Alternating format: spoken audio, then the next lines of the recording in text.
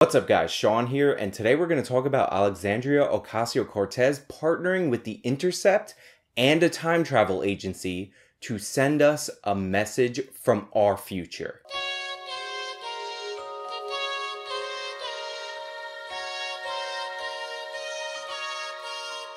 Before we get started, I do want to say thank you to everybody who joined me over on Twitter. Thank you to my patrons and my Subscribe Star subscribers, and the people who donate via one-time donation on PayPal. Your support really helps this channel continue, and I appreciate it way more than you know. Alexandria Ocasio-Cortez, the most important congresswoman in this Congress. You know what? Scratch that.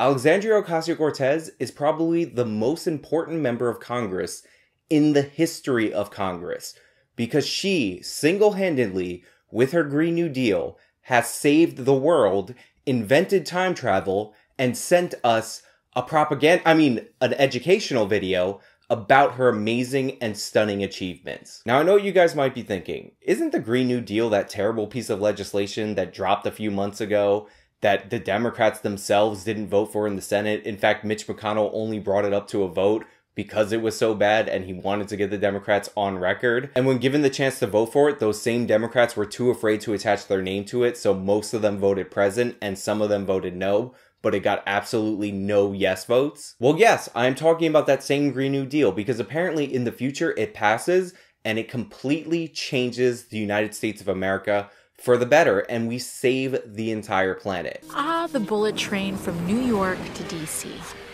It always brings me back to when I first started making this commute. I hate to break it to Ocasio-Cortez, but that bullet train that she's riding on in the future is not getting built. I actually talked about trains in a whole separate video on the Green New Deal that I put on my channel. I'll link it in the iCard in the description down below. But other than the exorbitant costs and impracticality of building train lines across the country, one of the things that I pointed out is that you need a really straight track to have bullet trains or high-speed trains, which is why, despite the fact that the Northeast Corridor is one of the few profitable train lines for Amtrak, they haven't shut it down to build a bullet train, because it's curved, and in order to do so, you would have to seize a bunch of people's property to make it work. Now, the reason I spent so much time on this part of the video is not because I'm being petty, it's to point out that there already is a train that can take you from New York City to DC, and it's pretty efficient. But you know who doesn't take that train? Alexandria Ocasio-Cortez. She'd rather fly. And I find it more than a little bit annoying that this video of AOC lecturing us, supposedly from the future, features in its first 10 seconds her doing something that she can't be bothered to do right now. She can easily take the train from New York to DC as she's going back and forth from her district to Congress, but she doesn't. But in the future, she's leading the way. And that's really Ocasio-Cortez's ideology in a nutshell. Instead of I need to make a change to make a better world, I need to use force of government in order to force you to make a change because I think it's better. In 2019, I was a freshman in the most diverse Congress in history. Up to that point, it was a critical time. I'll never forget the children in our community. They were so inspired to see this new class of politicians who reflected them, navigating the halls of power. It's often said, you can't be what you can't see. And for the first time, they saw themselves. The next part of this is absolutely hilarious. She's talking about how her class of Congress is the most diverse in American history up until this point. I believe long-term this will probably prove to be relatively true. Like, we are getting more diverse representatives. There were more women elected in the 2019 Congress than any other Congress in history. So I understand that this is going forward gonna be a thing that happens. The hilarious part about this is she's saying that she herself is an inspiring figure because people need to see other people do it in order to know that they can do it, which is what I like to call loser logic. I'm assuming most of you in my audience are probably not big fans of Barack Obama, but Obama didn't need to see a black person run for president and win. He just did it. Because it was possible. If you were born in the United States and you're over 35, you can run for president and you can win. You don't even have to have any political experience to do so. With the Green New Deal, we knew that we needed to save the planet and that we had all the technology to do it. But people were scared. They said it was too big, too fast, not practical. I think that's because they just couldn't picture it yet. So the next thing she gets into is the Green New Deal. And basically she's saying that the reason people have had such a bad reaction to the legislation is not because the legislation is dumb and its priorities are ridiculous. It's because we couldn't see it, just like we couldn't see diverse members of Congress being elected, even though, for most of us, that wasn't like an abstract, unrealistic notion. You want to know why there's so many women in Congress? Because more women ran for Congress than ever before. This isn't rocket science, people. If you run and you secure a party nomination, which is really not that hard depending on the district, then you have a chance of winning in a general election. In fact, there are some places where if you get the right party's nomination, you're guaranteed to win in a general election. America is not a deeply hateful and sexist place. In fact, women have been outvoting men since 1980 in this country.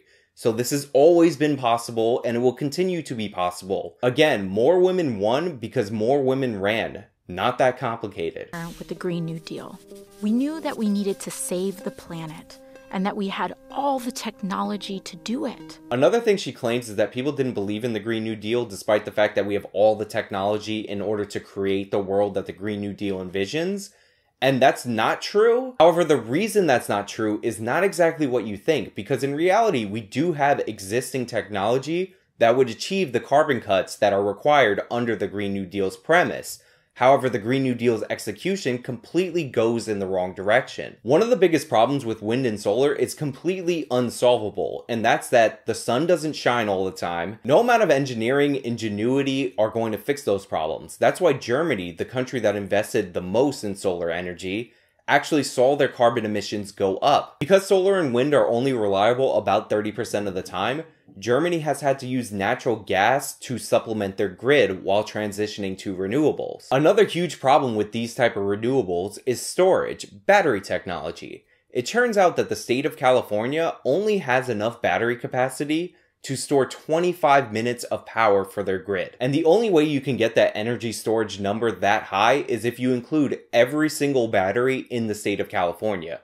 Every car battery, every battery in your remote. So the 25 minutes of storage is completely meaningless. It's not storage that the electric company has, and that's because batteries are not safe when they get to a certain size, and batteries are criminally inefficient. When you transfer energy into a battery and then try to draw on that power later, you lose up to 30% of that power. So the biggest problems with wind and solar are not the fossil fuel companies suppressing wind and solar technology. It's that we can't control the wind and we can't control the sun, and battery technology is 1,000 times worse than where we need it to be. However, that does not mean that we don't have technology that could dramatically cut our carbon emissions. The problem is that the Green New Deal calls for banning that technology, and that's nuclear energy technology. You see, France actually invested much less money into a nuclear energy program, and they currently get 93% of their energy from clean, carbon-free nuclear power. And that's without a Green New Deal, without becoming a socialist nation. They just invested in the right technology, and it works. In fact, the reason Germany's carbon emissions have gone up and not down, despite the fact that they've been incorporating more green energy into their grid, is because they shut down some of their nuclear plants. All of Germany's carbon emission cuts that were the result of them spending double what France spent on their nuclear program on a solar program were completely wiped out by them shutting down a few nuclear power plants. Now, some of you might be worried about nuclear power. You may have heard some propaganda about radiation or maybe nuclear waste, but it turns out, statistically, nuclear energy is the safest form of energy. So we have safe, efficient, and basically no carbon footprint except for constructing the nuclear power plant. Now, I'm not saying we should cover the world in nuclear power plants, but what I am saying is if it's your position that the world is going to end in 12 years... The world's leading climate scientists declared another emergency. They told us that we had 12 years left to cut our emissions in half, or hundreds of millions of people would be more likely to face food and water shortages, poverty, and death.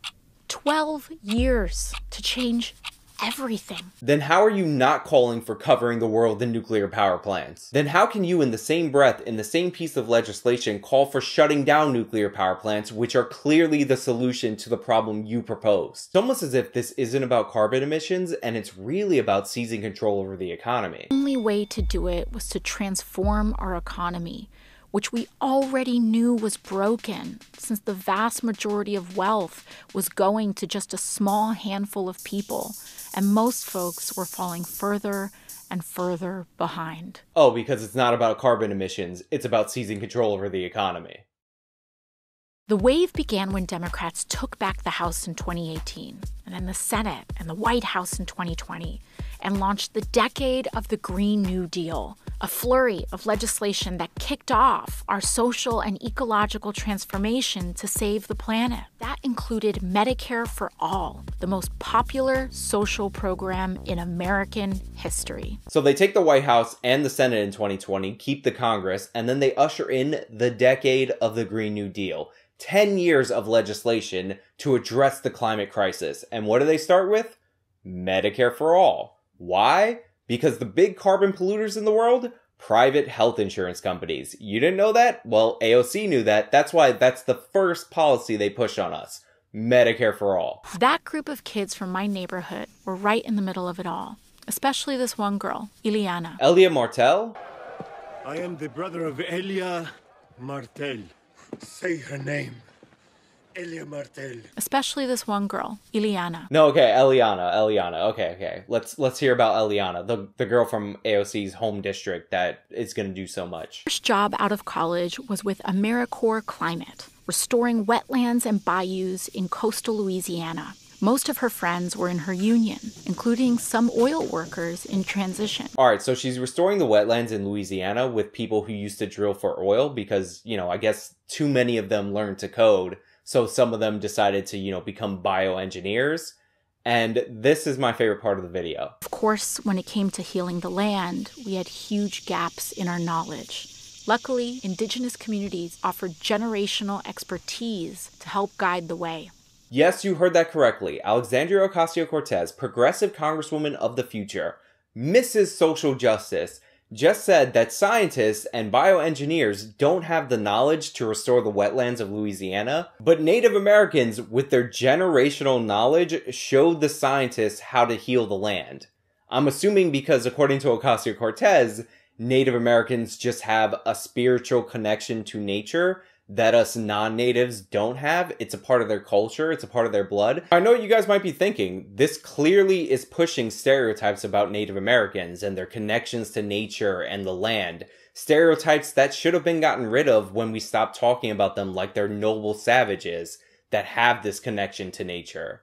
Well, it turns out AOC is a progressive, so she can make all the stereotypes and generalizations she wants, and it will be passed off as progressive. Ileana got restless, tried her hand as a solar plant engineer for a while, but eventually made her career in raising the next generation as part of the Universal Child Care Initiative. I also absolutely love this fictional character that Ocasio-Cortez invented for this video. This woman who went from marshland restorer to engineer at a solar power plant to teacher.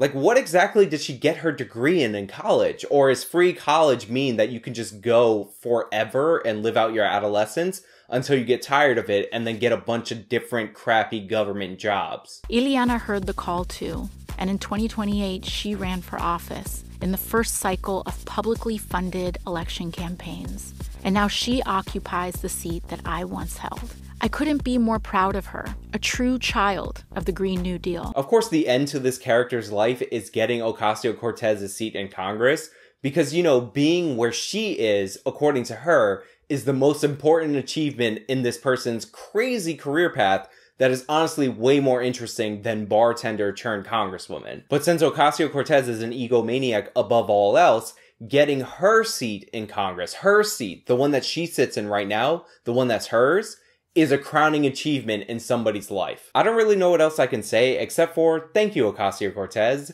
This was amazing. Thank you to The Intercept, which is allegedly a journalistic outlet, and thank you to the people in the future who sent this back in time for our entertainment. I'm genuinely happy that Ocasio-Cortez and the media are going to continue to push this Green New Deal for the foreseeable future. It's going to produce a lot of hilarious videos for me. Anyway, that's all I really have for you guys today. Let me know what you think about this Intercept video down in the comments below. If you liked this video, then please show me by leaving a like. You can subscribe for more content. Follow me on my Twitter and other social medias. This has been me making fun of The Intercept's ridiculous AOC video. Till next time.